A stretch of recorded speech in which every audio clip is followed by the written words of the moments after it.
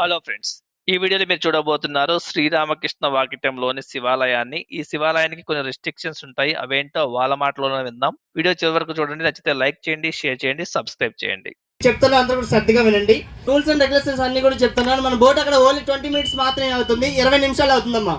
ఆ 20 నిమిషాల్లో స్ట్రైట్ గా చూడండి, ఒకసారి పెద్ద కొండ ప్రాంతం కనిపిస్తుంది. పై ప్రాంతం నుంచి ఎన్నో వనమూడలు తాగుతూ ఒక చల్లనైన వాటర్ ఫ్లో వస్తుంది టెంపుల్ ముందుకి. మీ పాదాలకు ఉన్నటువంటి స్లిప్పర్స్, షూస్, చెప్పులు విడిచి ఆ వాటర్ ఫ్లో లో మీ పాదాలు శుభ్రం చేసుకుని టెంపుల్ లోపలికి వెళ్ళాలి. టెంపుల్ లోపలికి వెళ్ళిన తర్వాత అల్లరి గాని గోల గాని చేయకండి అమ్మా. సైలెన్స్ పాటించాల్సి ఉంటుంది. టెంపుల్ లోపలికి వెళ్ళిన తర్వాత ప్రతి టెంపుల్ లో గుడి గంట ఉంటుంది. హిందూ సాంప్రదాయం ప్రకారం 3 టైమ్స్ మోగిస్తాం. బట్ ఈ టెంపుల్ లో ఒక్కసారి మాత్రమే మోగించాలమ్మా. అది కూడా ఎందుకు అంటే ఏ కులమైనా ఏ మతమైనా ఒకటే సిద్ధాంతం. ఎవరైనా వెళ్ళొచ్చు టెంపుల్ కి. హిందూ వెళ్ళొచ్చు, ముస్లిం వెళ్ళొచ్చు, క్రిస్టియన్ వెళ్ళొచ్చు, ఎవరైనా వెళ్ళొచ్చు అమ్మా. అందరూ ఫుల్ వీడియో కావాలంటే కింద చెక్ చేయండి. Thank you.